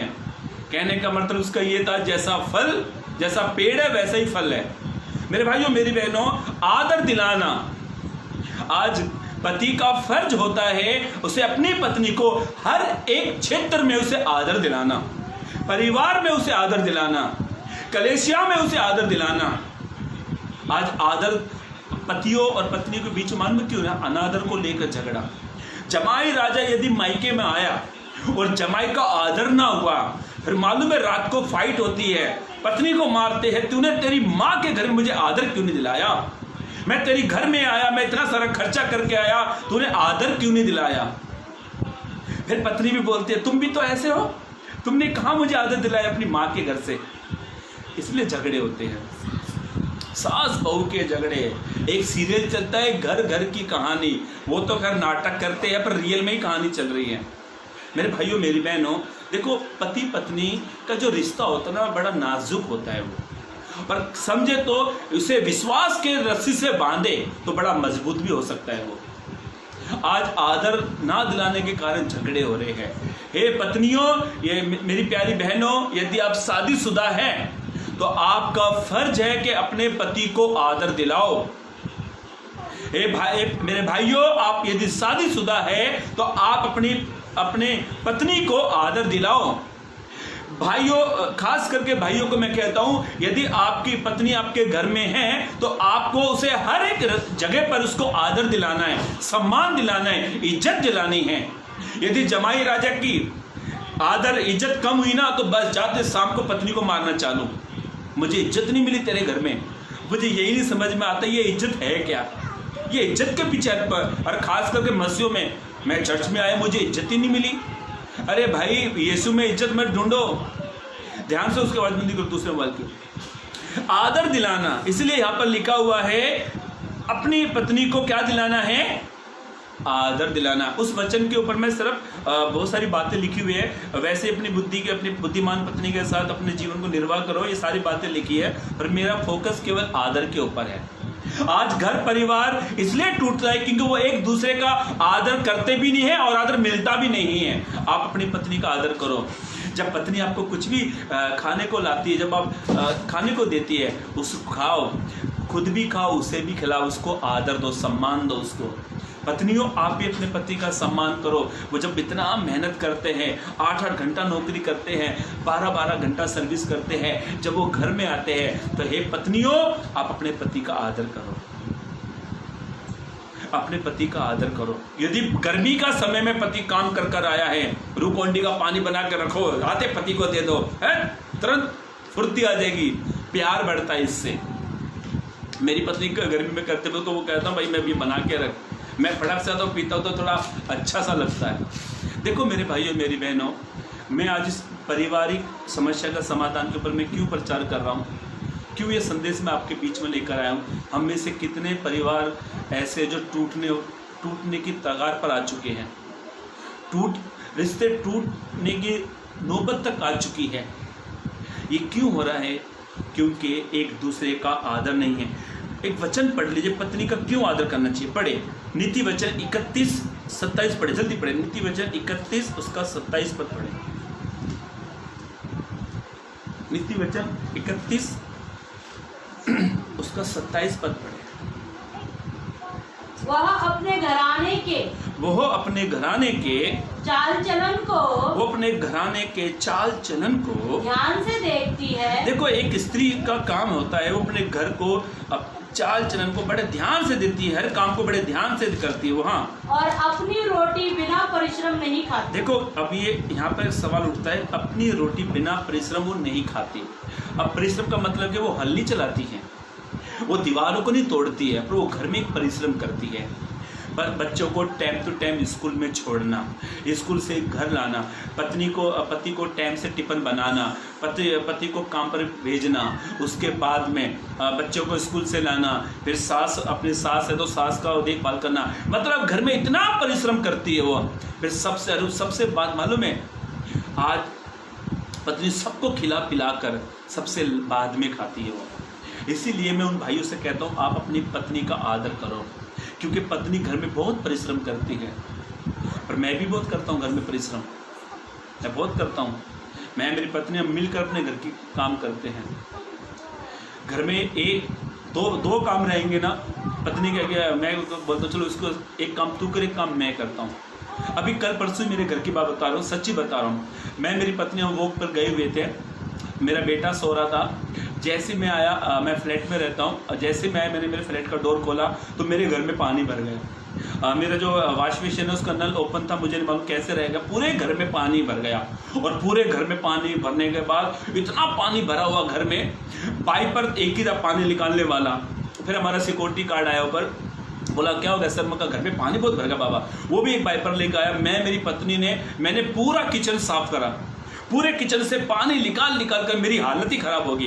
पूरा पानी निकाला और पानी को मैंने उसे निकाल कर फेंका। मेरी पत्नी हॉल में कर रही, मैं किचन में था। हमने मिलकर क्या किया मालूम है, उस पानी को बाहर निकाला, घर की साफ सफाई करी। मेरी पत्नी बोली वैसे महीने में एक बार घर तो धोती थी। अच्छा आज ही घर धो गया।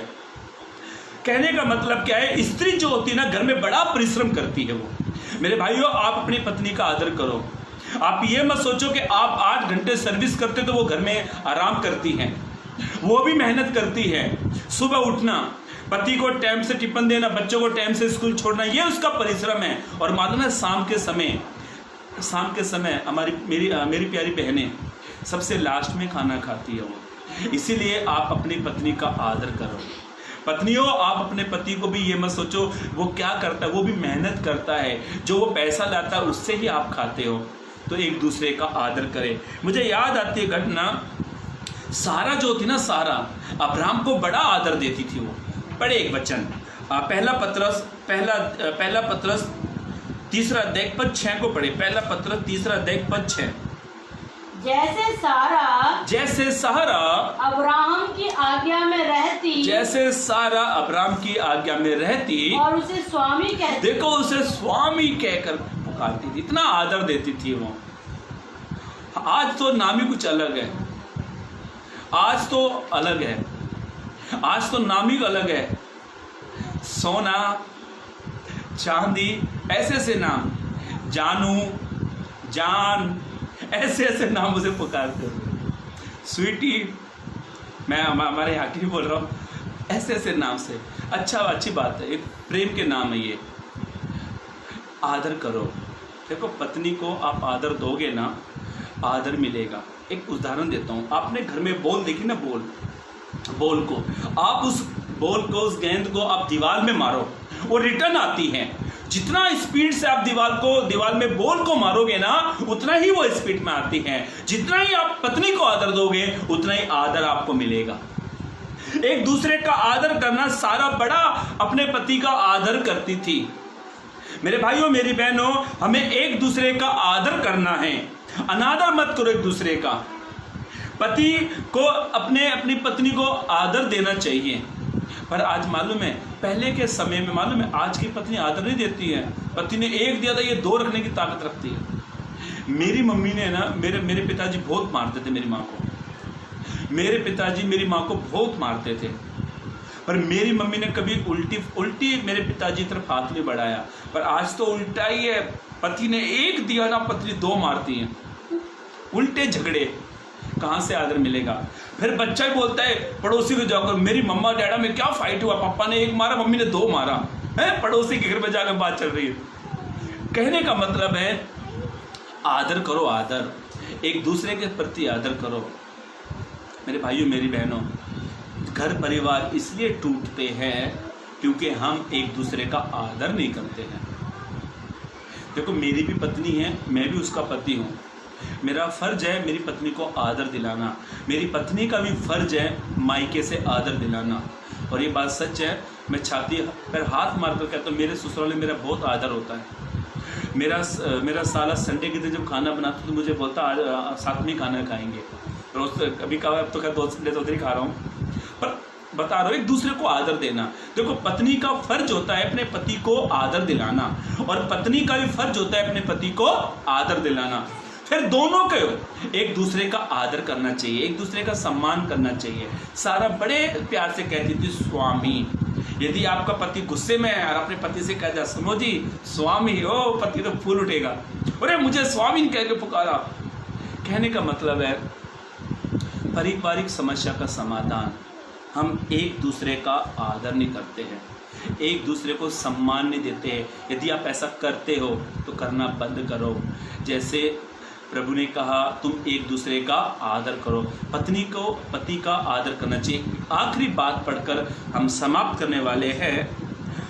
पढ़े, तीसरी बात हमने पढ़ी, हमें एक दूसरे का आदर करना है। तीसरी बात को पढ़े वैसा इफिसुस की पत्री, चौथी बात को पढ़े, इफिसुस की पत्री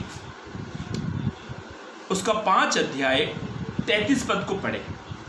इफिसुस की पत्री उसका 5 अध्याय पद 33 को पढ़े।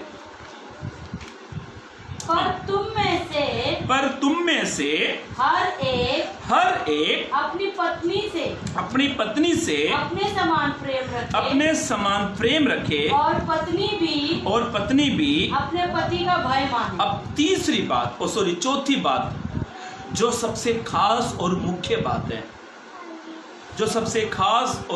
बात है, जिस पर आज ऐसा हो नहीं रहा है, परिवार में नहीं हो रहा है, कहीं भी नहीं हो रहा है, ये सब भय मानना। हमें क्या करना मालूम है? दोनों जन के बारे में मैं कहना चाहता हूँ। पढ़े उस वचन को, फिर से पढ़े। हाँ, चौथी बात, तुम में से ऐसा लिखा है, पर तुम में से हर एक, ऐसा लिखा है, पर तुम में से हर एक अपनी पत्नी से अपने समान प्रेम रखे, अपने समान उससे प्रेम करे, आगे बढ़े, और पत्नी भी अपने पति का भय माने। अब चौथी बात, दोनों में से प्रेम करना है और उसका भय मानना है। प्रेम के वचन हमने बहुत पढ़ लिए। अब चौथी बात मैं बता रहा हूँ, भय मानना। पति पत्नी को एक दूसरे का भय मानना चाहिए। देखो, पत्नी ने यदि पति का भय मान लिया है तो वो कभी गलत कदम नहीं उठाएगी।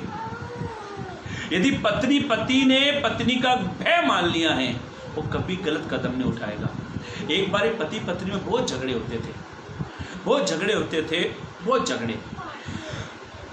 पति, वो कहती है मेरा पति बहुत लड़ाई झगड़ा करता है और मार पीटी करता है। और वो कहती है, बोला मैं चाहती हूँ कि मेरे पति का मेरे घर में से झगड़ा चला जाए। और मालूम है पत्नी क्या करती है? पति का भय नहीं मानती है। पति एक बोलता है तो वो 2 बोलती है। पति ने एक काम कहा, पत्नी डबल उस काम को करती है, तो वो पत्नी की सुनती ही नहीं है। बड़े फिर जाके पास्टर को पता लग गया। पास्टर को जाके कहते हैं, पास्टर साहब मेरे पति ने मुझे बहुत मारा, मेरे पति ने मुझे बहुत मारा। पति कहता है मेरा भाई नहीं मानती है, चुप नहीं होती है, बड़ चालू, दिन भर बड़, मैं हारा थका आता हूँ पास्टर साहब, ये बड़ चालू करती है, मुझे क्या करूँ, मेरा भाई नहीं मानती है, बड़ करती है, बड़ करती है, इसलिए मैंने इसको पीट दिया। पति पास्टर ने कहा बहन अगली बार तू आना, एक पानी की बोतल साथ में लाना, मैं प्रार्थना करके दूंगा। उसने कहा ठीक है। पास्टर ने प्रार्थना करके लाए और पास्टर ने कहा बहन जब पति घर में आए ना, मैंने इस पानी के लिए प्रार्थना करी है, ये पानी को पी लेना, मुंह में रखना, ना तो इसको पीना ना इसको उगालना, मतलब मुंह में ही रखना है। उसने कहा बहन आप ऐसा करो, ये पानी के लिए मैंने प्रार्थना की है, ये प्रार्थना किया हुआ पानी है, इस पानी को अनादर मत करना, इस पानी को अब ऐसा फेंकना मत, प्रार्थना किया हुआ पानी है। कुछ लोग है ना वहाँ से लेकर आते मटके में पानी, बड़ा संभाल कर रखते, कई सालों का पानी, हालांकि वो पानी कुछ काम का नहीं रहता। पर ऐसा लिखा है, उसने कहा पास्टर ने ऐसा करना, उसने बोला ठीक है। अब पत्नी जैसे घड़ी में 7 बजे, पति के 5 मिनट आने से पहले पत्नी ने ऐसे बोतल ली, ढक्कन खोला और पानी मुंह में, और पति आया, पत्नी जैसे पति आया अपना बैग रखा, बोला आज तो बड़ी शांति आई हुई घर में। पत्नी को बोला मेरे लिए कप पानी, एक गिलास पानी लेकर पत्नी गई, पानी लाई, पानी रख दिया। अब पति ने पानी पिया। उसने कहा पति को सुनो जी मैं बड़ा थक गया हूँ, मेरे लिए कप चाय बना। अब पत्नी चुपचाप किचन में गई। अब किचन में आई और पति को पानी चाय दे दी। अब पति बड़ा हैरान, बोला जिस मुंह से आग उगलती थी आज तो वो आग ही नहीं उगल रही है। पति बड़ा हैरान हो गया, ऐसा क्या चमत्कार होगा मेरे घर में। पत्नी दूसरे दिन पास्टर के पास गई, बोली पास्टर साहब आपने क्या मुझे पानी दिया, आपने क्या प्रार्थना करके मुझे पानी दिया, मेरे पति ने मुझे मारा ही नहीं आज तो, धन्यवाद हो प्रभु का। पास्टर कहने लगा बहन पति ने क्यों नहीं मारा, आपने कभी सोचा? बोली नहीं पास्टर साहब जैसा पति ने कहा वैसा मैंने किया, मेरे पति ने तो छुआ ही नहीं, मुझे मारा ही नहीं, मालूम है पास्टर साहब नहीं मारा। अच्छा बहन आपने बोला पास्टर साहब मैंने पानी मुंह में रखा था, वो प्रार्थना किया हुआ पानी है, वो पानी को तो मैं फेंक तो नहीं सकती हूँ क्योंकि वो प्रार्थना किया हुआ पानी है। तो पास्टर ने कहा बहन, बोला बहन कहने लगी पास्टर को पानी का बड़ा चमत्कार हो गया।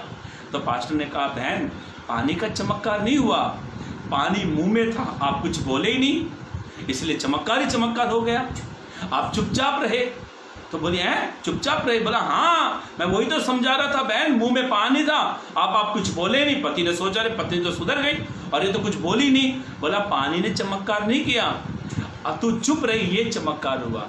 खास करके मालूम कुछ क्यों हो रहा है, पति जैसे घर में आता है बस पत्नी बड़बड़ चालू, और फिर पत्नी मारना चालू। मेरे भाइयों मेरी बहनों, एक दूसरे का भय मानना। यदि पत्नी और पति एक दूसरे का भय मानेंगे ना, वो कहेंगे, वो भय मानेंगे। यदि वो किसी पराई स्त्री पे भी नज़र मारने से पहले वो ये करेगा ना, ये ध्यान देगा ना कि मेरी पत्नी का भय है, वो कभी बेविचार नहीं करेगा।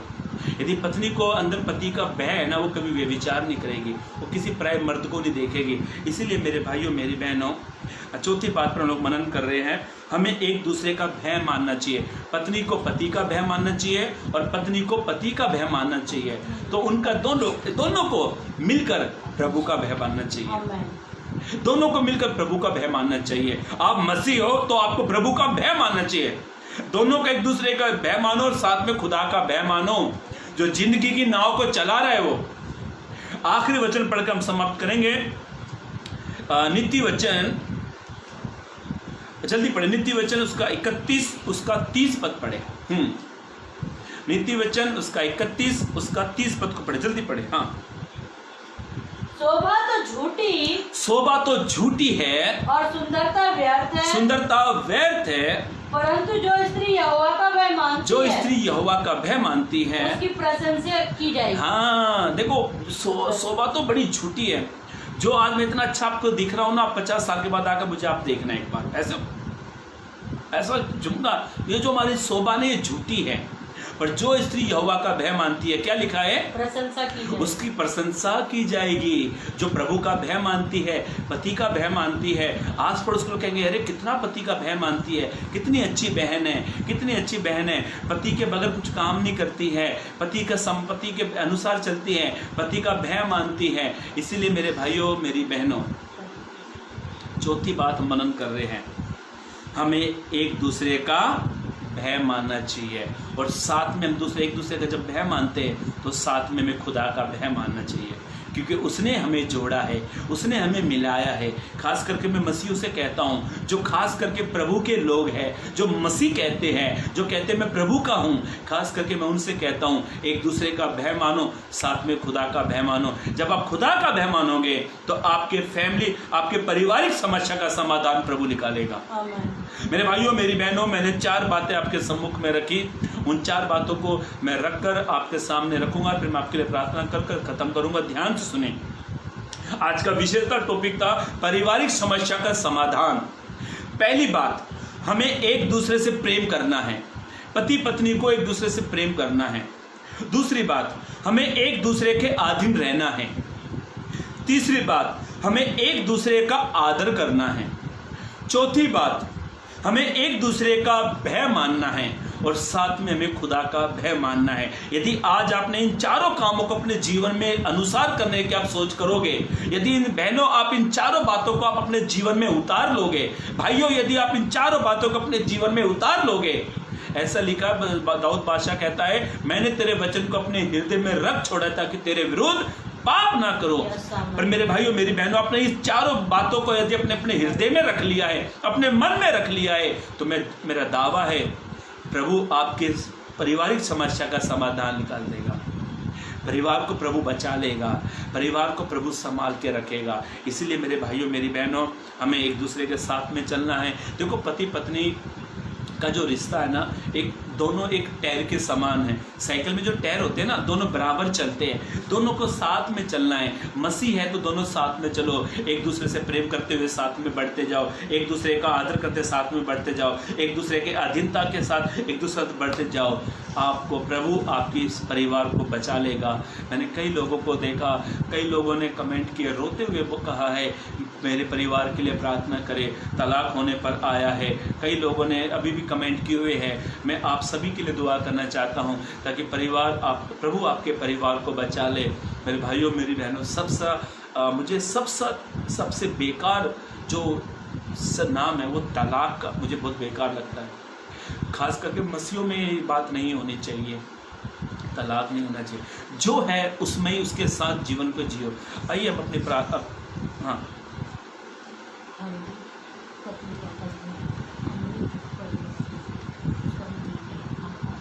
हाँ यहाँ पर 4-5 भाइयों ने प्रार्थना की विनती की है। आप अपनी आंखों को बंद करें और इस समय हम अपने जीवित खुदा के सामने अपनी आंखों को बंद करें। वचन कहता है अपने मन की बात धाराओं के समान यहोवा के सामने उड़ेल दे, अपनी हर एक बात अपने खुदा को बताए। यशायाह की किताब में कहता है उनके पुकारने से पहले, उनके बोलने से पहले मैं उनको दे दूंगा। अपनी आंखों को बंद करें, अपनी आंखों को बंद करें। इस समय मैं आपके लिए दुआ करना चाहता हूं। मेरे जीवित महान परमेश्वर पिता प्रभु जी, मैं प्रार्थना करता हूं प्रदीप भाई के लिए, अलीन भाई के लिए, अमृत भाई के लिए प्रभु, आकाश के लिए प्रभु, देवेंद्र भाई के लिए और सोनू भाई के लिए, सोमिया के लिए प्रभु। इन तेरे बच्चों को प्रभु मैं तेरे पास में लेकर आता हूं प्रभु। तेरा वचन कहता है जिसको खुदा ने जोड़ा उसे मनुष्य अलग ना करे प्रभु। हे प्रभु, हम भाई आकाश के लिए भी करते प्रार्थना प्रभु। जितने भी मेरे भाई मेरी बहन इस लाइव सेशन मीटिंग में जुड़े हुए प्रभु, जो संदेश प्रभु आपने पिछले हफ्ते मुझे दिया प्रभु, क्योंकि कई लोगों के मुझे मैसेजेस आए प्रभु, कमेंट आए कि परिवार के लिए प्रार्थना करें। हे प्रभु, तूने संदेश अपने लोगों के लिए रखा प्रभु, यह वचन तेरे लोगों के लिए आया प्रभु। हे प्रभु, जैसे आज हमने सीखा प्रभु, यदि हम अपने परिवार को बचाना चाहते, पारिवारिक समस्या का समाधान चाहते प्रभु, तो हम एक दूसरे से प्रेम करें प्रभु, एक दूसरे का आदर करें प्रभु, एक दूसरे के अधीन रहे प्रभु। एक दूसरे का भय माने प्रभु। हे प्रभु तू परिवारों को जोड़ने आया प्रभु, परिवार को तू जोड़ता है प्रभु जी। मेरे भाइयों को, मेरे बहन के जीवन में प्रभु आप काम करें, इनके जीवन में तू अधिकारी से काम करे प्रभु। यदि कोई भाई कोई बहन बेरोजगारी में प्रभु आप उनके लिए रोजगार का बंदोबस्त करें प्रभु। यदि किसी का परिवार प्रभु टूटने की कगार पर है प्रभु, उस परिवार को तू जोड़ दे प्रभु। पति पत्नी के बीच में जो झगड़े हो रहे प्रभु, वो आपसी मतभेद दूर करे प्रभु जी। उनके परिवार को आप जोड़े प्रभु, परिवारों को तू जोड़े प्रभु। मैं विश्वास करता हूं प्रभु, जो वचन आपने दिया आज के वचन से प्रभु, अपने बेटी बेटे इनके परिवार में प्रभु आपने उपाय कर दिया प्रभु, इनके जीवन में तूने एक काम को किया प्रभु। मैं विश्वास करता हूं जितने लोग इस वचन को ग्रहण किया प्रभु, आपने उनके परिवार का समाधान कर दिया प्रभु जी। आपने ऐसा किया मेरे प्रभु, उसके लिए धन्यवाद। सारी बातों के लिए प्रभु धन्यवाद देते हैं। प्रार्थना यीशु के नाम से मांगते हैं, आमीन आमीन आमीन। आप सभी को प्रेज द लॉर्ड।